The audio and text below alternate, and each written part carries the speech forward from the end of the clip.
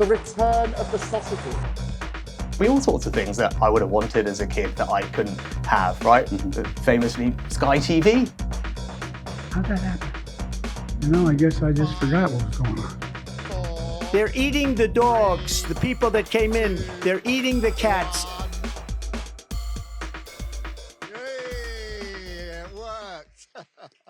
Welcome to the latest Downtown End Politics podcast. Me, Frank McKenna, joined as ever by Jim Hancock and Joe Phillips. And I'm all in black today, in a fairly somber mood after the events of the last 7 days, where President Macron and Keir Starmer seem to do their very best in terms of persuading Donald Trump and the United States to maintain their support for Ukraine, only for President Zelensky to go into the White House and, I think, suffer a rather brutal hijack by the Vice President Vance and by Donald Trump himself. And of course, that threw everything into disarray.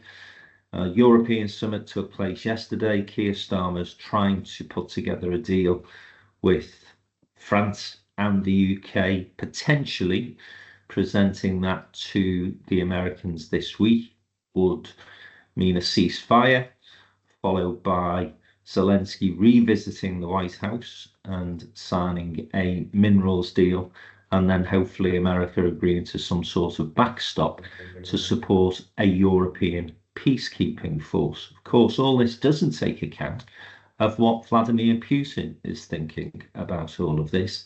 And I'm struggling to see why he would accept any European proposals, given the fact that Donald Trump seems to believe that Putin has been the good guy in all of this. And actually, what's in it for Putin to do any sort of deal at all? It's been a depressing few days. I do have to say, though, we'll start with last week before the fallout between President Zelensky and the United States hierarchy.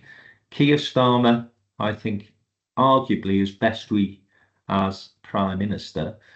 And he must have been tearing his hair out at the seams from that White House informal press gathering. Let's start with Starmer and the way he handled Trump. Joe, just get your thoughts on that, because as somebody who's advised senior politicians in situations such as that, I'm not sure Starmer could have handled it much better. I mean, Jim and I were both wincing a little at the fact that he was fawning at times, but that's what you've got to do with Trump. That's the way that you get him on side. That's the way you persuade this guy. It might not be what you want to do, but sometimes it's what you have to do. Yes, I think that's absolutely right, Frank. I mean, I think this week will turn out to have been the defining moment of Keir Starmer's leadership, and he has risen to the challenge, cometh the hour, cometh the man, and all of that stuff. And I think he's played a blinder on being pragmatic, sensible, calm, measured, and showing leadership and willing to bring people together and not trying to grandstand. But like you and Jim, I mean, I was, looking between my fingers at the sycophancy and the rather embarrassing pulling out the slightly crumpled envelope from the King, as though it was handing over a lottery prize. And there is a part of me, as I'm sure there is most sensible, salient human beings, thinking we shouldn't have to kowtow and fawn and behave like this. Here is a man of 78 years old. He is just a human being, despite the fact he likes to think otherwise.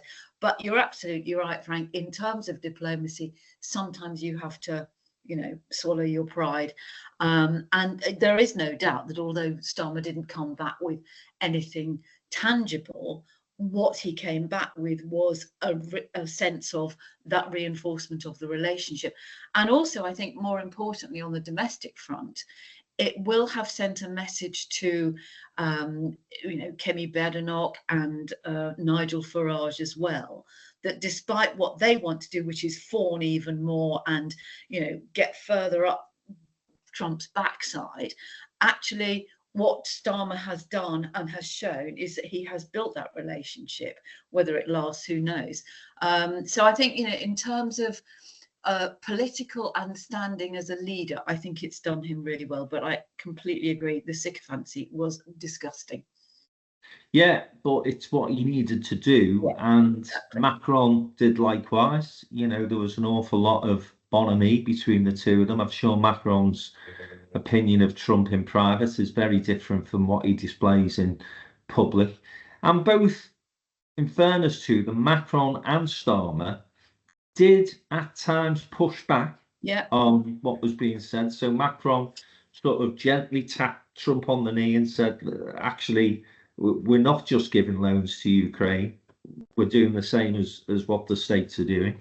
And then Starmer pushed back very hard, actually, at Vance, when Vance was trying to basically rerun this line he took at the European summit in Munich about Europe and free speech being under threat. And Starmer said, no, that's not true.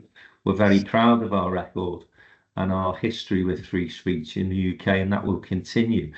And interesting, and this is where I thought the Zelensky-Trump-Vance thing had been somewhat set up. When Starmer pushed back on Vance, Trump didn't intervene whatsoever. He just allowed Starmer to push back, and then they moved the conversation on. Whereas when Vance got into the mix with Zelensky, then obviously Trump got involved as well, and we've seen those appalling scenes. So we'll come back to that in a second. But Jim, I just wanted to get your thoughts on Starmer's visit to the States, because, as I say, you and I were looking at some of the news reports coming through on the Friday morning, and I think we were both a little uncomfortable. But on reflection, and having watched the whole press conference, actually, and I want to come back to the appalling performance of our press corps at that press conference, but we'll do that a little later on. He come back not just to very good domestic headlines, but I think he's believed the potential for a deal was in place, and he'd opened it up for Zelensky to go and basically get it over the line.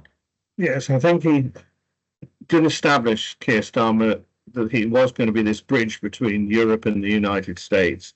We don't need to go on about it. I did find his attitude a little bit fawning, and I also found the King's invite slightly cringing. Someone of my close to me said that the late Queen would never have allowed an invitation to go in a crumpled envelope, as Joe says, like a sort of book token being handed to the president.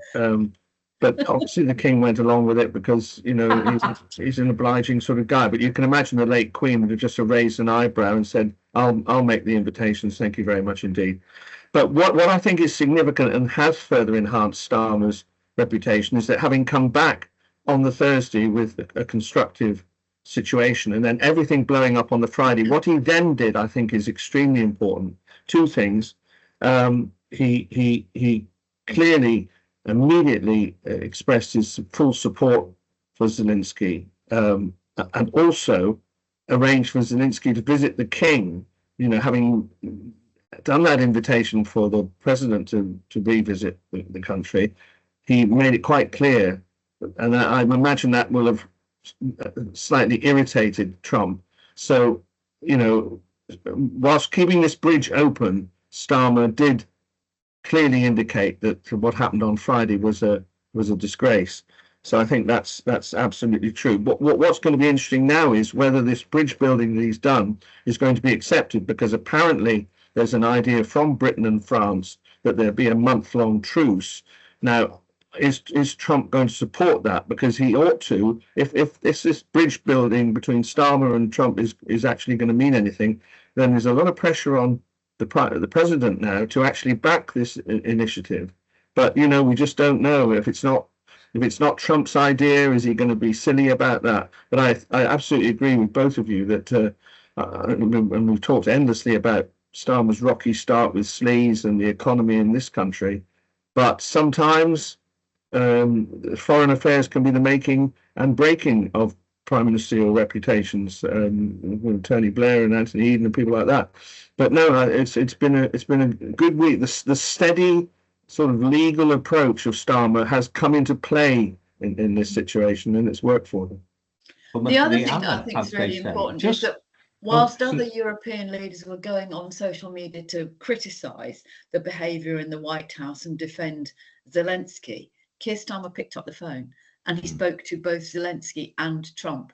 And I think that gives you an indication that he is not a grandstander. He wants to actually see if he can really build bridges. And I think that's really important. Yeah, I think he's shown himself to be the leader outside of the big three of Russia, China and the States. Then, Starmer seems to be the guy who the Europeans certainly, and the Canadians for that matter, are looking to, as you say, Jim, perhaps to act as that bridge. And you've got to remember, the guy's only been Prime Minister for 7 months. So to have such a huge responsibility at this stage in his leadership, I think he's handled it remarkably well. Let's go on then to that disastrous meeting that took place in the White House on Friday.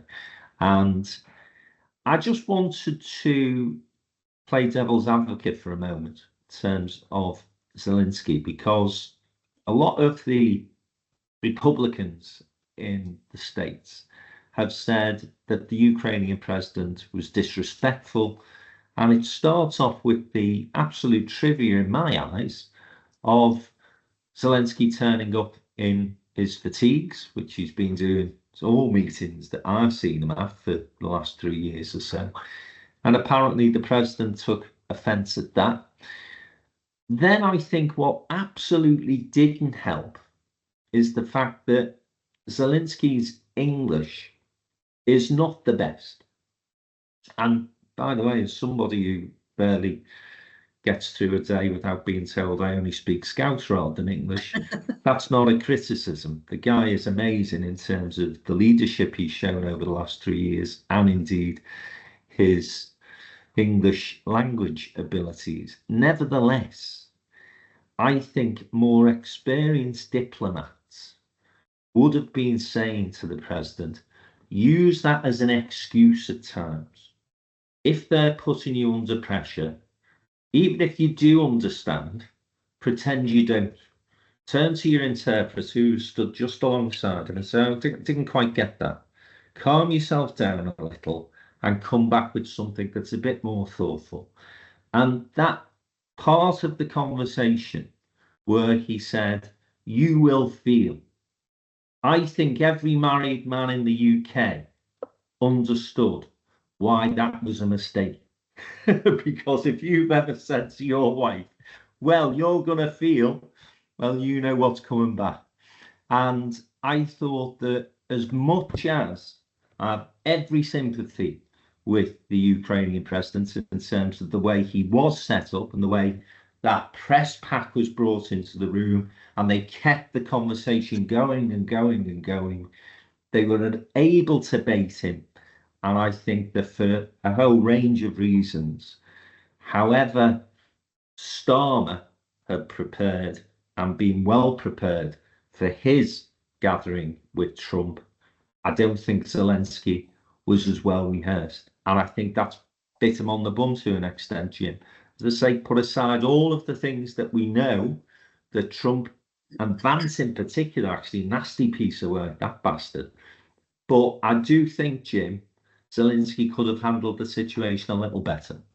Yes, I think that is true. Just on the on his clothing, I mean, that is his stick. If he is sending out a message that he's at war, and that's why he's got a suit if he wanted to put one on. But it's a deliberate thing, and we live in a world of images and things which are important, and that's the image he wants to project. Incidentally, when I was reporting on the Second World War, I recall Winston Churchill going around in a boiler suit, and he was making a point there. Can I just intervene on this? And I think it is trivial to an extent. But do you think if Winston Churchill would have been dealing with somebody like Trump, and somebody would have advised him to wear a suit, he'd have said, well, on this occasion. I just throw that out there because it's easy to look back, isn't it, and say, well, what about?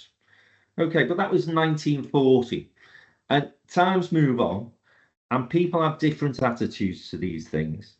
And you see, my position on this would have been, don't give the bastard any excuse.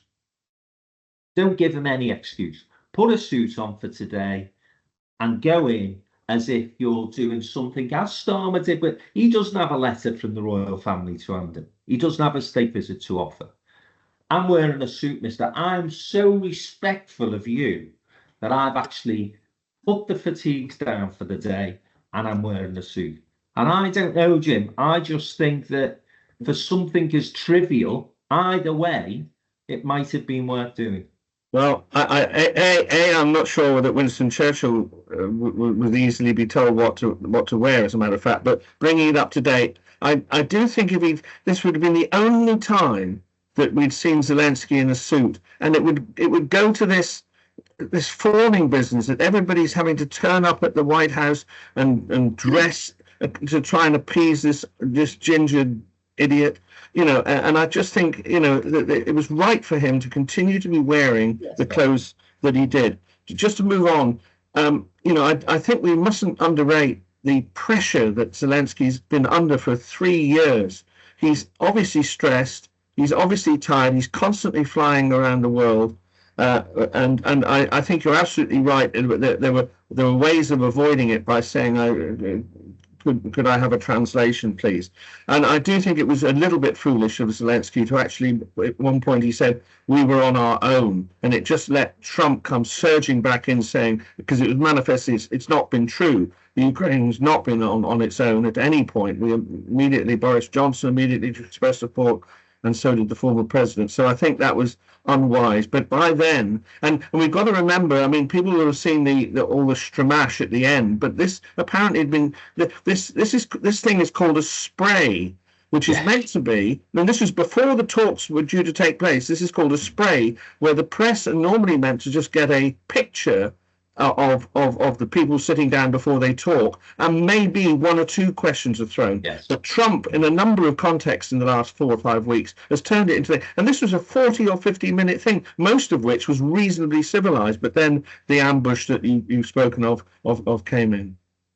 Yeah, and Vance was particularly vicious in terms of some of the remarks he made. And the worst person to talk about going in and being diplomatic, Jim, as you know, because I'd have probably got up and smacked the bugger, But I just think that if you look at it from the side of the Republicans and the view that they're taking, or at least are allowing to take at the moment, they are, I think, able to pick certain comments that Zelensky made, as you have, and turn them against him. But I do think, listen, the guy, Vance, if we think Trump is bad, you've got a genuine, hard right, dare I say, fascist leader in the wings there. He's a heartbeat away from the presidency. Well, a heartbeat, and as we stand now, potentially the next president of the United States. Yeah. He's a very, very unpleasant man. And I mean, I don't agree that Zelensky should have been wearing a suit. He went to see the king a year and a half ago wearing exactly that same outfit. Nobody said to Boris Johnson, do you think you might comb your hair or tuck your shirt in? Because that was his look. If you turned up in full military uniform, obviously they haven't got any left in America because Trump sacked them all, but you turn up in your whatever your combat gear is or your dress uniform. People must be allowed to wear what they want. If people don't want to wear dinner jackets that say, I don't know, business awards evenings and prefer to wear a suit, they must be allowed to do so. And they are, Jim. That sounded a little bit jibe-ish. And nobody comes, let me just push back a second on this. And as I say, I think it's trivial. I'm not necessarily even saying Zelensky should have wore a suit, but if I'm advising him, I'm at least putting that option out there, right? Because with due respect, people aren't coming to a downtown awards dinner asking for another $1 billion, are they? they're coming along to enjoy themselves, and they paid us to be there. So that, of course, they can fucking wear what they want. But I just think that there were many things within that 50 minutes, and you're right, Jim, and this is what adds to the suspicion that they were trying to rile him and they were trying to ambush him. Nonetheless, do what you can to stop that happening. And I think, okay, the suit, okay, let's put that one aside and say, okay, it was clearly something Trump was a bit bothered about, because as soon as he greeted him, he said, oh, okay, I like your outfit, and then set somebody up from the press to ask him that very question. That wasn't a mistake either, or an accident. But if we move on then to that conversation, and that that is the informal part of the discussion, then I think you can make a criticism of Zelensky for all the things that you've said, Jim, and I'd agree with you. A man under pressure, 3 years at war, literally fighting for his country's life. But sometimes, as Starmer did, as Macron did, you've got to not just bite your bloody tongue, you've got to bite the inside of your cheek as well. And I think he should have potentially either, as I say, used his interpreter a bit more smartly, or just sat back, let them rant, and then perhaps pick up afterwards in terms of the JD Vance comments. I think the other thing, as I say, is English doesn't help, is that when he was making the point about Putin, and he basically said, well, you won't feel like that in a few weeks. What he could have said, and what Starmer has said, and he said this in press briefings as Starmer, well, he may have a different relationship with the president, and maybe he would stick to his word this time. But last time, when I signed a deal with him, he didn't, and that's why I don't trust him. And it's those nuances and subtleties that I think, for such an important meeting, he should have been better prepared, Joe. And I think you would have better prepared him. I think a lot of it comes down to English being his second language. And I think the role of an interpreter cannot be underestimated, because they are not just there to interpret, they are also to say to you, I mean, I've done many things in the Middle East where you've had multiple interpretations going on, and sometimes an interpreter will say in their own language, don't respond to this. Yeah. And I wonder whether, was that Zelensky's interpreter? Was it somebody from the Ukrainian embassy? Who was it? Was it somebody inexperienced? Because for these things, you send an interpreter who will actually slightly edit what Vance and Trump is saying. And I think that would have given time, because frankly, if Zelensky is sitting there listening to the interpreter, let Vance and Trump fill the void with their nonsense and their nastiness. And I think, not that I'm blaming the interpreter, but I think it does come down to that. Yeah, those are the sort of tweaks that in this country we have the luxury. But it wasn't the formal press conference where a question would be asked and the interpreter. Exactly. It was this chaotic rat-a-tat-tat, which didn't even give the interpreters a chance to get in. And one particular example of the language was the cards. When he said, when the president said, "You haven't got any cards." You haven't got any cards to play. You're a weak country. Zelensky obviously said, "Well, we're not playing cards." He thought he was talking about, a card game. He didn't understand the nuance. But that's my point, Jim. That's where the interpreter would say, "Do not respond. Do not respond. Just look as though you're listening." And they knew they were going into that, because he's done, as you say, Jim. It's not the first time he used, as they call it, the spray, as almost the initial press conference. It's let's do that. Well, that had happened with Macron. It happened to an extent with Starmer. We got the King's letter out at that spray gathering. So again, my view of this is he's not been as rehearsed and prepared as he ought to have been. Not for 1 second given any credence or credit to the performance of the US president, or worse, as I say, the vice president. But I do think Zelensky should have been better prepared. That's all I'm saying. It's just a fact in my view. And I think that if Starmer and Macron are looking at that thinking, bloody hell, how much we've had to suck up there this week, and the guy's just gone off on one. So I do think there'll have been disappointment from some of the allies as well. The point that you make, Joe, I think is a great one, because Twitter is a wonderful thing, isn't it?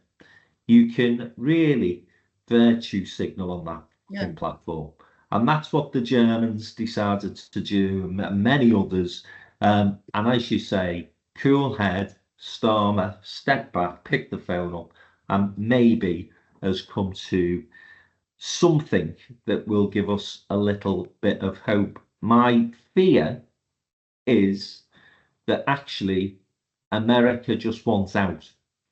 And I was looking at polling numbers yesterday, CNN, 74% of Republicans believe that America should immediately withdraw all support from the Ukraine.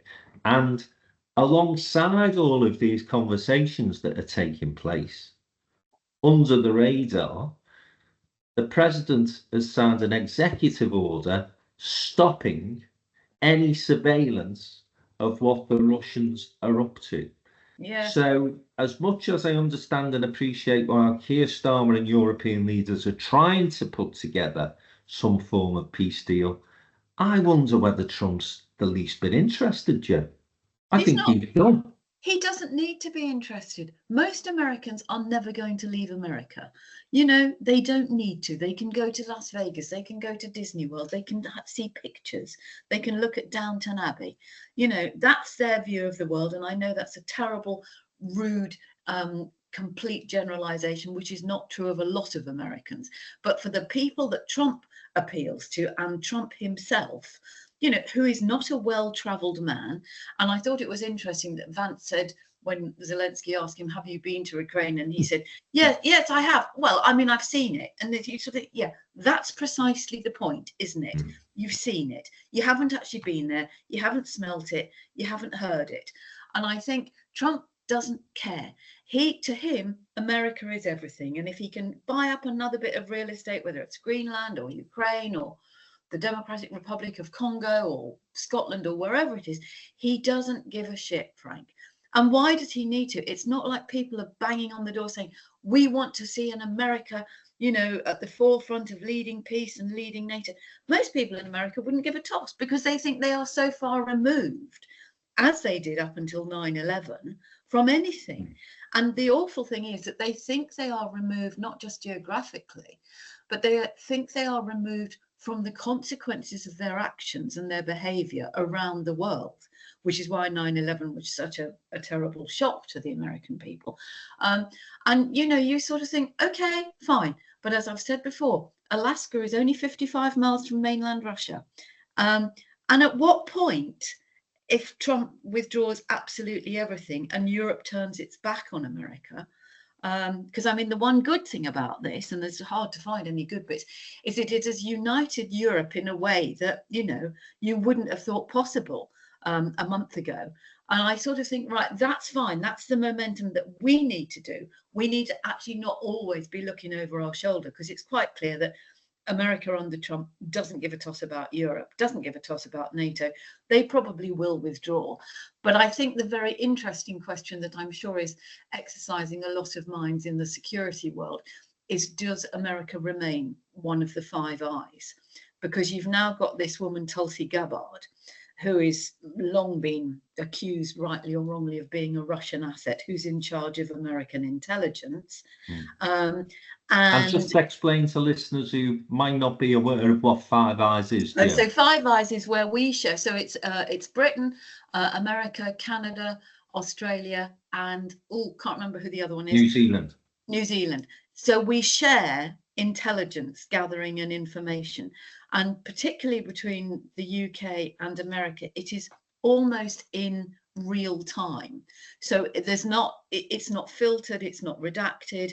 It's shared information about, you know, security threats, cyber security, all of those things that secret services should be worried about.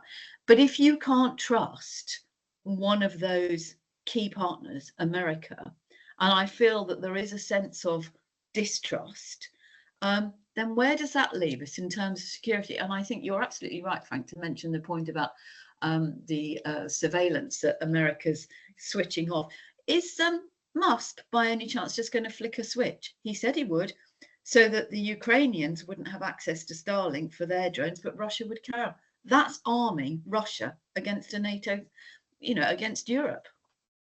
And I think the big thing that perhaps Starmer is trying to signal to Putin as much as anyone else, I guess, is you're not just going to be allowed to walk into Ukraine without some resistance from Europe. He's probably, sadly, having to think about the next step as well. And all reports are that, and this is the irony, isn't it? Putin, the Russian economy, on its knees, really struggling to fight on and continue to fund this war.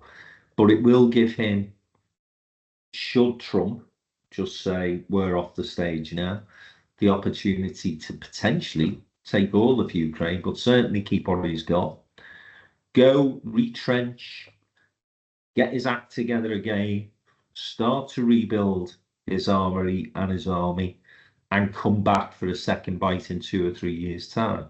And I do wonder whether European leaders are thinking what we've got to buy ourselves, Jim, is time. Because at this moment, we are not anywhere near prepared to go to war with the Russians without American cover. And of course, so much of our defense systems are reliant on the Americans anyway. By all accounts, and I didn't appreciate this until recent months, but we rely on the Americans to update our software systems, even in our fighter planes. Fucking, when you think about it, totally nonsensical position that we placed ourselves in. And add to that our decision to withdraw from the European Union. But at least on security, our European neighbours are apparently rallying round the Starmer message. But it's a big task, James, isn't it? Because we can't defend Ukraine on our own.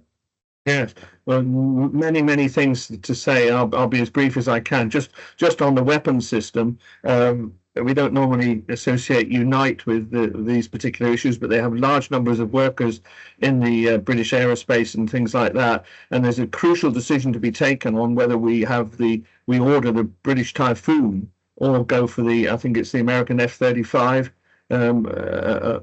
aircraft. And I would have thought in these circumstances it would be very wise to back the Typhoon.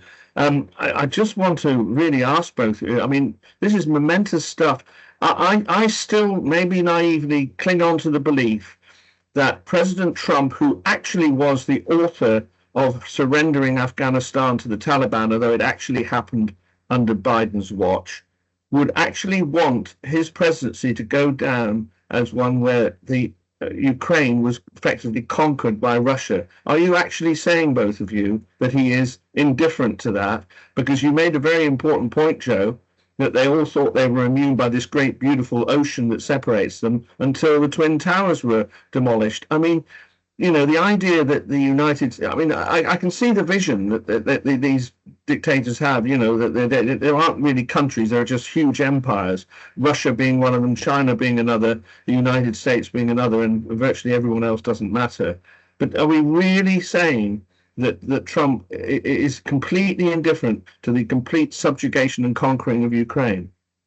I'm not sure whether that's necessarily Trump's feeling, but I think the people around him are far more dangerous than those around him during his first term. And as I say, Vance, I think, is a very nasty piece of work. Steve Bannon is in the background. And again, if you follow his narrative, he's saying we should never got involved at Ukraine in the first place. So the MAGA lot, 74% Jim, in that poll, saying we shouldn't support Ukraine any further. And that trajectory has been basically on the rise since about 18 months, 2 years ago. So it's not new. This isn't something that, because there's been a bust up in the White House, the MAGA gang have said, we don't want anything more to do with Zelensky in Ukraine. This is something that's been drip, drip, drip over an 18-month period. And unfortunately, I don't see that Trump looks beyond what's going to be good for him transactionally. And if there's a deal to be done with Putin that is financially better for him, then I think that's the way he's going to go. I'm not sure what he thinks about legacy. And I think, the point you make about Afghanistan's a great one, but he just blames Joe Biden for that. Yeah, He just says, look, if I'd have still been in the White House, the Taliban wouldn't have carried on like that. They wouldn't have done. And on this instance, he's going to say, well, it wasn't my fault. I offered Zelensky the deal. He wouldn't take it. So he's lost his country. I warned him. You all saw me warning him. He was risking his country. He was risking World War III. I don't think he'd take responsibility, Jim, for that. I think he'd try and spin it the other way. But haven't they then got to think about what Russia might next do, which will bring us on to another subject, is, then Russia quite likely will start to probe at the Baltic states, and then we'll come to the question of NATO. And I think there's a very interesting development here, because there's this talk now from Starmer and Macron about the coalition of the willing. Now, what that reads to me is not NATO anymore, but who we can scrabble together, which won't, incidentally, include countries like Hungary. Yeah, but it would include Turkey. Well, Turkey's always has been a very interesting country, hasn't it? It's always balanced itself between the two. I mean, do you think Turkey's going to be a robust, going to be prepared to robustly? You're in a situation, a geopolitical environment that we have never ever seen in our lifetimes, and I think that you are having to consider alliances that you wouldn't necessarily have considered before, and having to assume, I think, at least a worst case scenario where America does turn around and say, actually, NATO, we're out. There was a motion last week at the United Nations where America sided with Iran, Belarus, and Russia in a motion that was condemning Russia on the 3rd anniversary of the Ukrainian invasion. America sided with Russia, Iran, and Belarus. and North Korea. If that doesn't send red flags and tell you that America is not serious about defending the West anymore, I'm not sure what does, Jim, to be fair. I completely agree with you, Frank. And I think, meanwhile, who is keeping very quiet? China. Mm. And it may well be that, the choice becomes between the lesser of two evils. Is it Russia or is it China? There's a whole load of stuff going on around the world. And every now and again, the lighthouse swings around. And at the moment, it's Ukraine.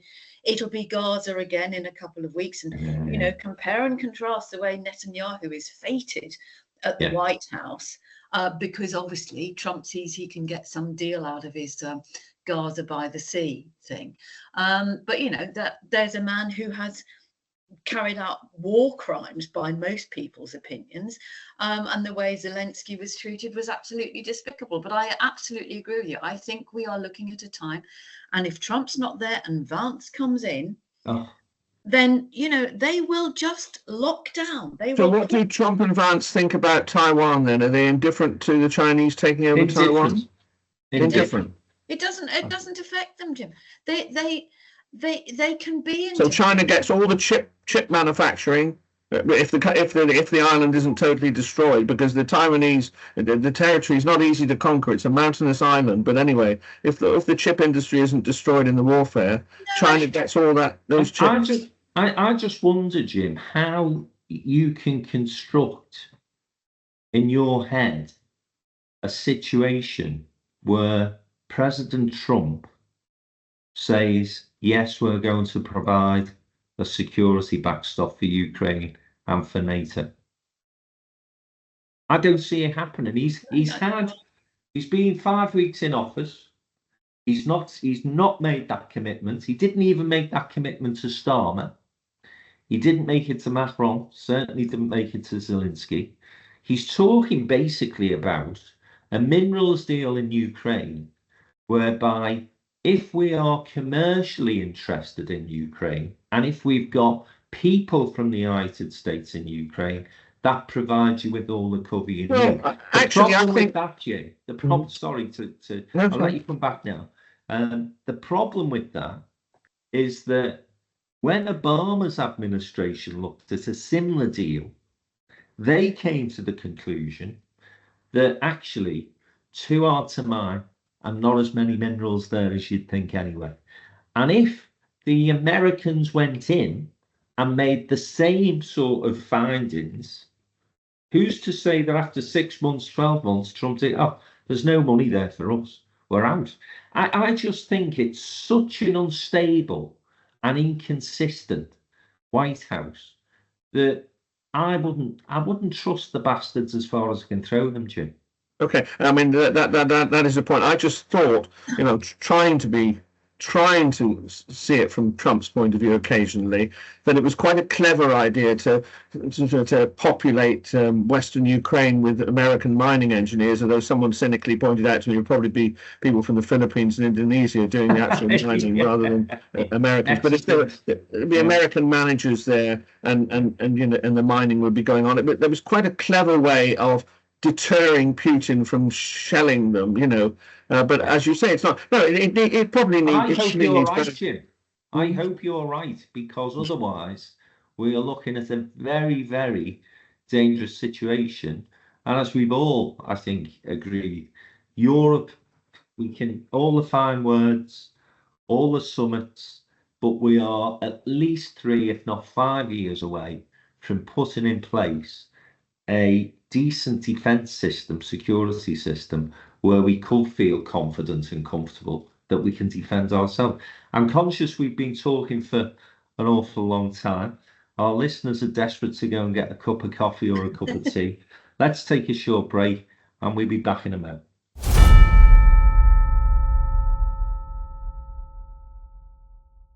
Welcome back to the second part of the Downtown End Politics podcast, and very sorry if we're basically putting you into a state of depression this week, but the world is in a very, very challenging place.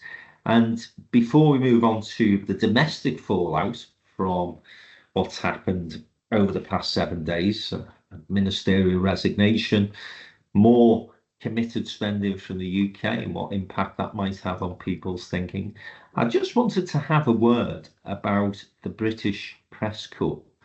And I'm not sure whether either of you watched the full press conference that Trump and Starmer did after the spread. So this was the formal press conference, where obviously they come from a very positive meeting. Trump is sort of walking on air this idea of an unprecedented second state visit. And he and Starmer are stood very formally behind the podium. Think Love Actually, and you will get the scene in your mind. And the American press were very courteous, asking about the royal visit, asking Starmer's views on Putin, asking, I thought, questions that were serious. And then you get the British press corps. And the first question that is asked is, Mr. President, what do you think of the Prime Minister's attempts to get closer to the European Union? Mr. President, what do you think about the fact that Keir Starmer doesn't appear to trust Vladimir Putin the way you do? Mr. President, were you disappointed that the AfD's support wasn't greater than it was in Germany? And on and on and on it went. And you've clearly not heard this, Jim, because you're looking puzzled. I urge you, because I know you're a great defender of journalists and the British media, but I urge you to just watch that press conference. And what I would say, Jim, is that our great estate of media and journalism is absolutely shit at this moment in time. They showed absolutely no responsibility in terms of the serious nature of that conversation. They were trying to cause a row between the President of the United States and the Prime Minister at a time when even my 11-year-old recognises the importance that that special relationship somehow manages to hang together. What is the motivation? What is going through the heads of journalists who think it's a good idea to put our country at risk? Well, I didn't see that part of the press conference, but it's, you know, press conferences are an opportunity for journalists to raise subjects. We obviously got different things we want to raise than the Americans, but I mean, you know, trying to tease out the relationship between the President of the United States and the British Prime Minister and Putin, I think that is valid questioning. I don't. Why would you try and create a row when we're on a war footing? If you're a serious journalist, and this wasn't the fella from The Sun, it wasn't somebody from it was Sky, it was BBC, it was ITV. Peston's question was pathetic. I can't stand him anyway. But, you know, you look at those journalists and you think to yourself, well, if Putin's troops do come into the UK at some point in the future, I hope you're first in the line, because you're trying, you really are trying to create a fucking row when actually peace had broken out. As I say, Trump's up there full of smiles. Just play into it. Just be part of the British effort to get the United States on side again. I really don't get it. I don't know what the motivation is. I think there needs to be some responsibility shown on those occasions. And I was really disappointed, Jim. You'd have to watch the press conference to understand and appreciate how negative the comment was.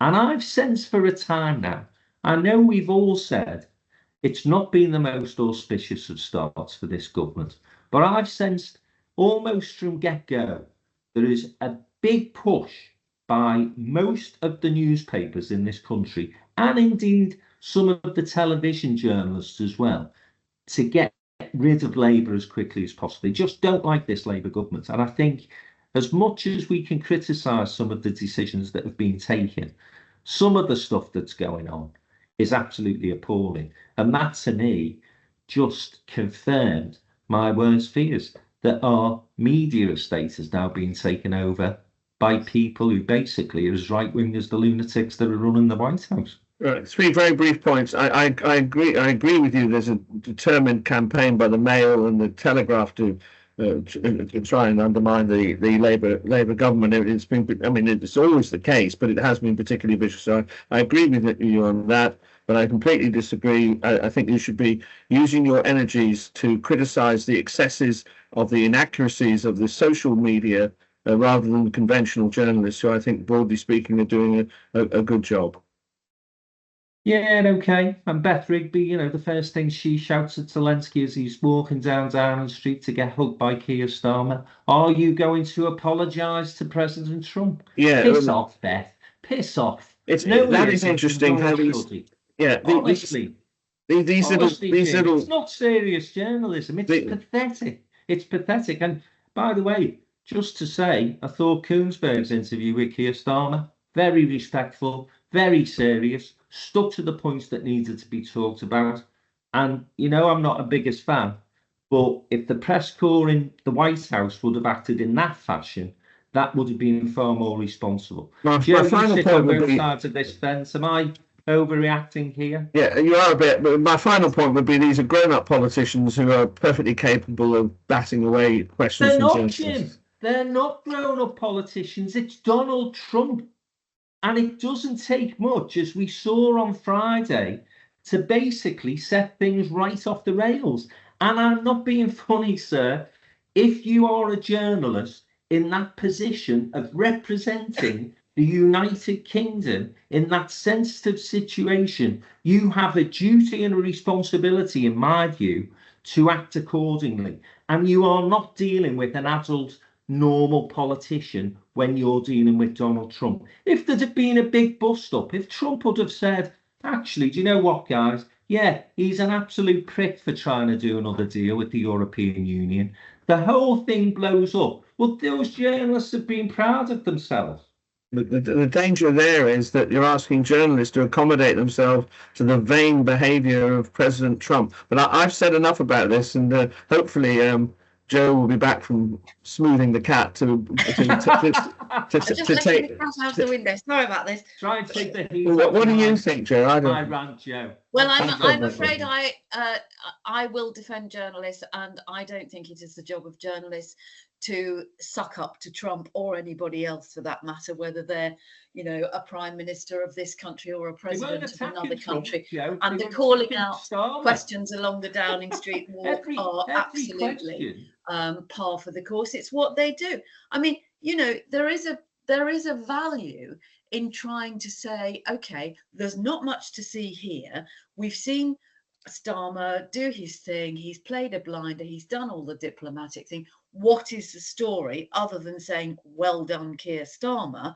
You're trying to find the next story. And I don't think it's, I mean, I really don't agree with that sort of sucking up to Trump. I think, you know, as we said at the beginning of this, there is something so fundamentally despicable and disgusting about grown-up people and countries having to bow and scrape before it. In fact, this morning I was thinking, who does he remind me of? And I came up with Idi Amin, actually, with this ridiculous sense of delusion of grandeur and, you know, being the king of Scotland and all of that sort of stuff. And there is a point where journalists have to, in a way, try and puncture it, because you're trying to find his weak spots. That's not doing anything bad to the United Kingdom or Britain. It's actually seeing how fickle he is, because the question is, can you trust him? They weren't trying to embarrass Donald Trump, Joe. They were trying to embarrass the Prime Minister. No, That's the point I'm making. If they'd have pushed Trump and said, how, Mr. President, can you say you trust Vladimir Putin when 4 years ago he signed a ceasefire deal and then invaded Ukraine? If they'd have said, Mr. President, how you justify the fact that in 1994 the United States and other allies persuaded Ukraine to give up their nuclear weapons on the basis that they would always have America's security blanket? That would have been trying to embarrass President Trump. Instead, every single question, I'll send you the link to those questions.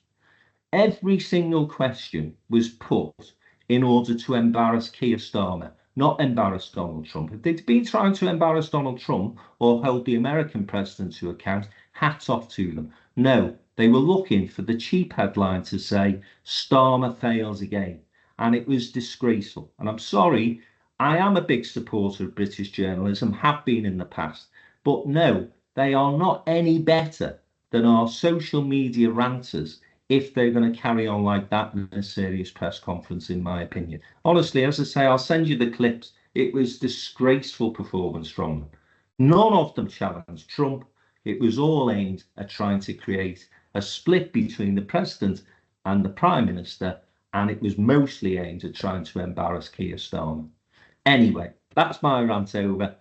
Can't convince you to. Hopefully I'll have convinced one or two of our listeners. Let's move on to the domestic fallout from the decision that the Chancellor, the Prime Minister, the Cabinet, I guess, took on the basis of extra spending on defence to increase our defence spending in the next Parliament to 3%. Currently, it's going to go up to 2.5%. I think that was the very least the Prime Minister could do in the circumstances we find ourselves, and was again another carrot to offer to President Trump when he went to the White House on Thursday.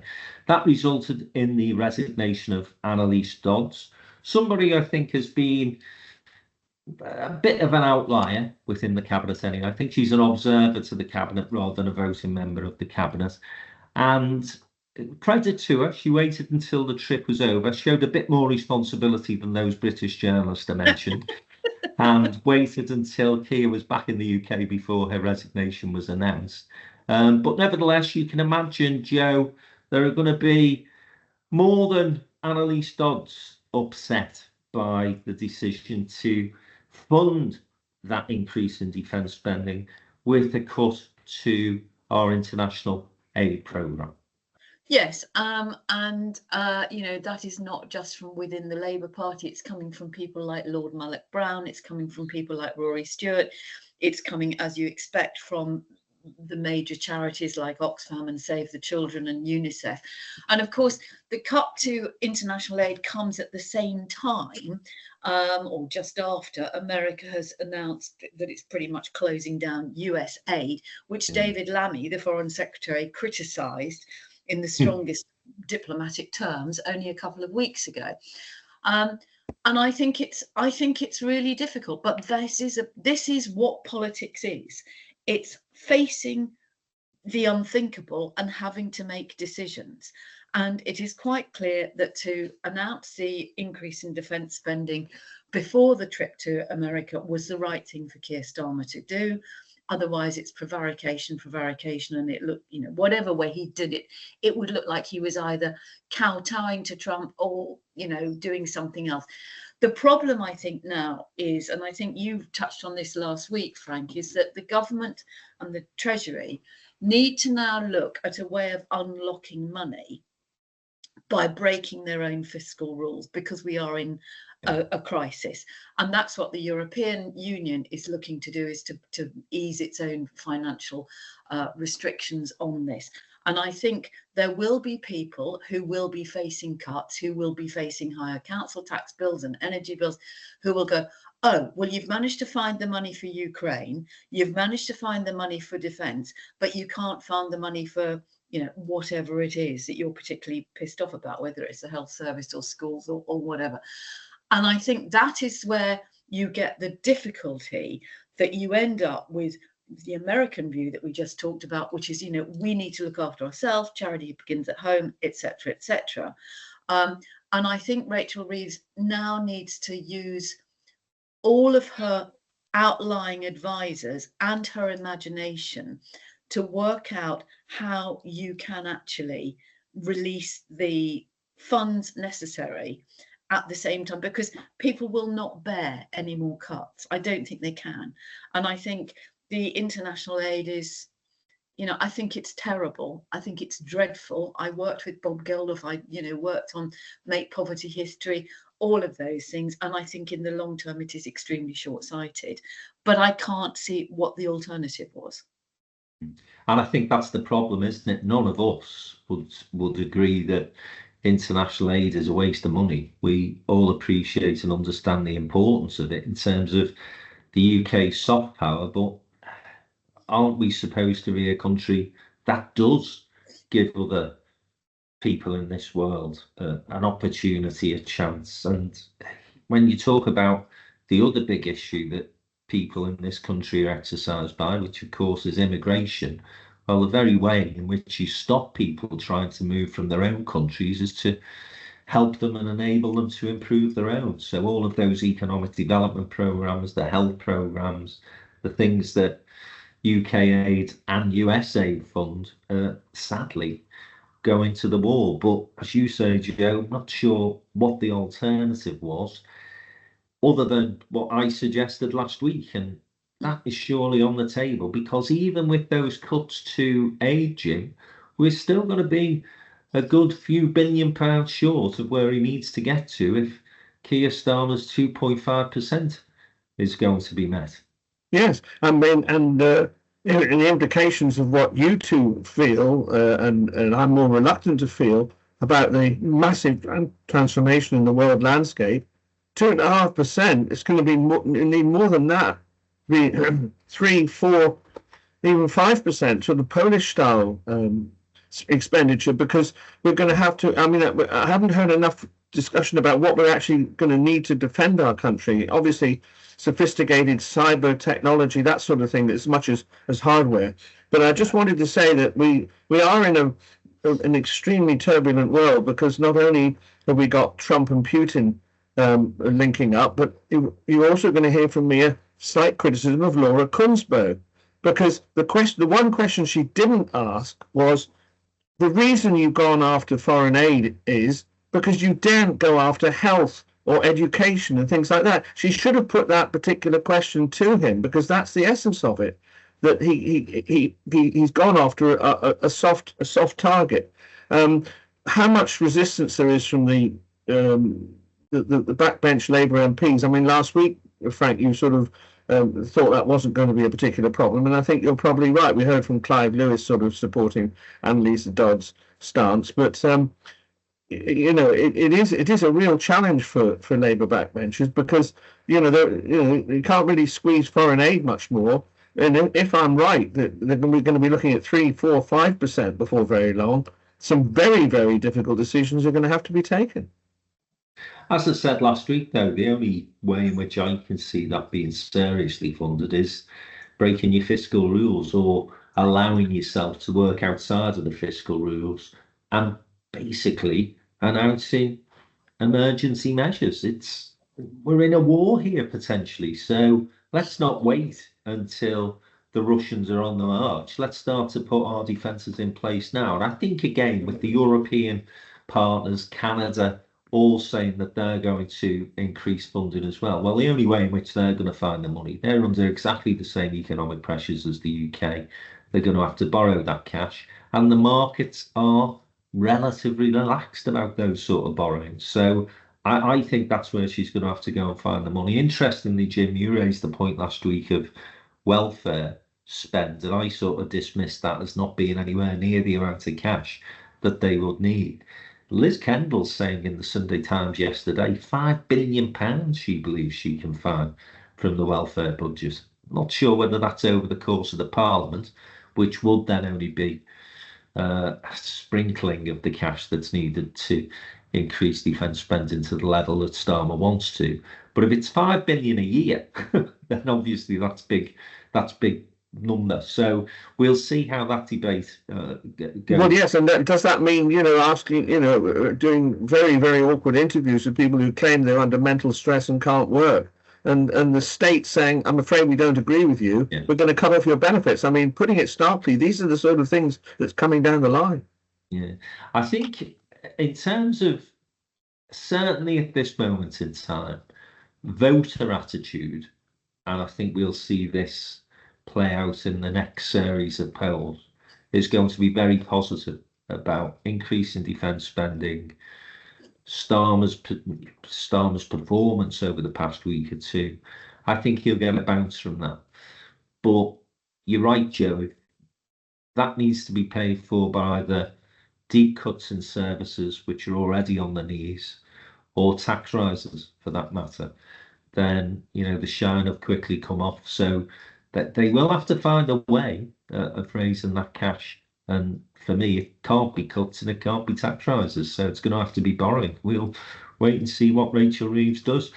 Listen, we've spoke for a long time today, and it's mostly been pretty low mood, dark stuff.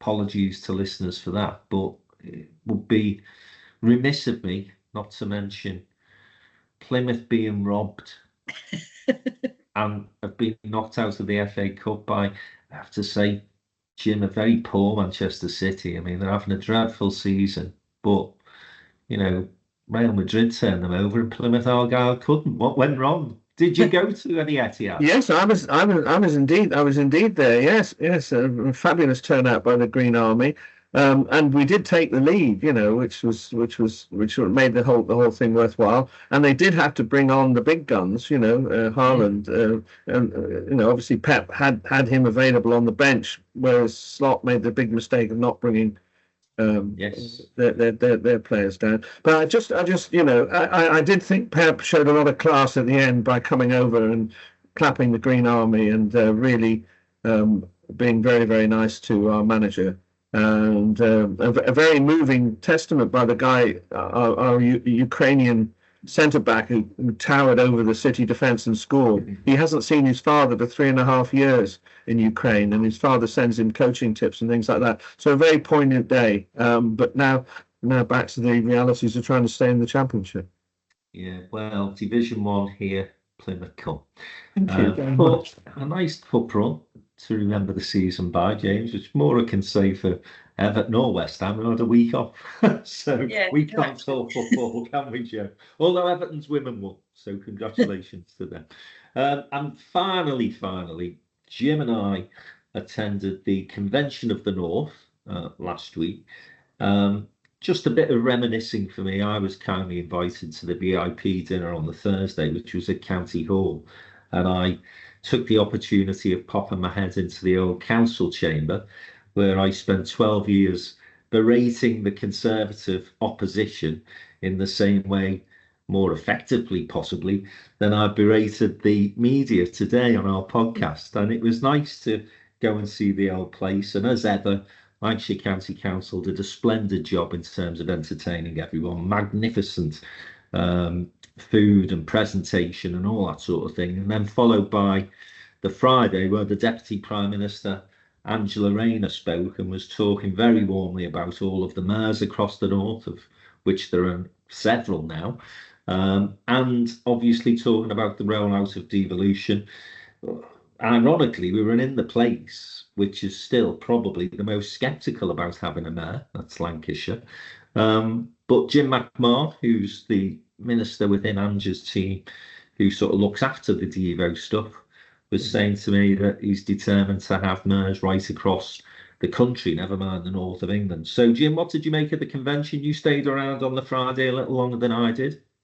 Yes, it actually it is the last convention in that form, because Claire Hayward, who's been a big mastermind behind this, told me that from now on it's going to be for the mayors of the north of England to convene that if they wish to do so, and I certainly hope they do, because it is a great networking event. And although one can say from year to year, did it really make a difference, and did it move the agenda forward? That's a slightly more awkward question, but in terms of networking and bringing the whole of the north together, I think it's an unmissable event, and I'll be doing a full report on it in my blog this week. Marvellous. Well, Joe, you weren't there and you're not from the north, so you'll sure be casting an eye with some interest. But my feeling, and again, I'm going to have to give Mr. Hancock some credit for this, I'm afraid, is that it's just not a workable bloody area, the north. I think, the northwest, Yorkshire, the northeast, manageable, scalable, big enough to look after themselves, but trying to bring them all together and putting an agenda forward that is compatible for all those different places. I mean, I understand. I'll tell you what we need, Frank, is like 3 powerful development agencies and then assemblies to keep an eye on them democratically. That would be a good idea. I wonder if anyone will ever think of that. Yeah, it was just far more, on a serious note, it was far more cohesive, wasn't it?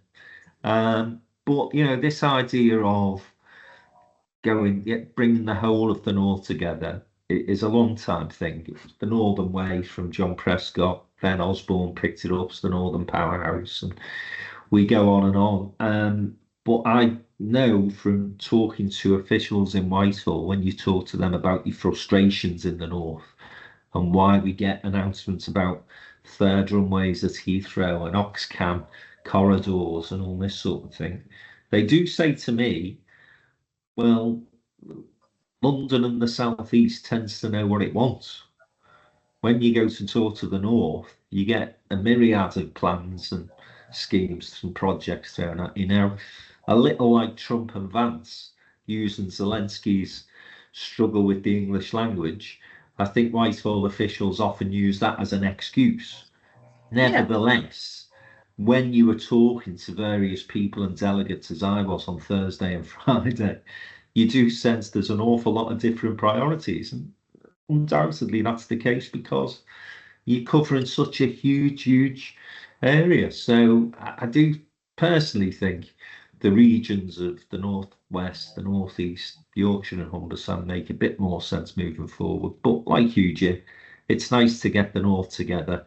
And who knows, we might need to have a Northern Army as well as the Green Army moving forward. So if for that reason alone we have to come together, why not? Thanks for listening this week. As I say, apologies for the very serious nature of the conversation, but I'm sure you wouldn't expect anything other. We'll see what develops over the next 7 days. Here's wishing the Ukrainian people, President Zelensky, all the very best. And let's hope, almost against hope, that America starts to make a bit of sense as well. See you again next week. Bye.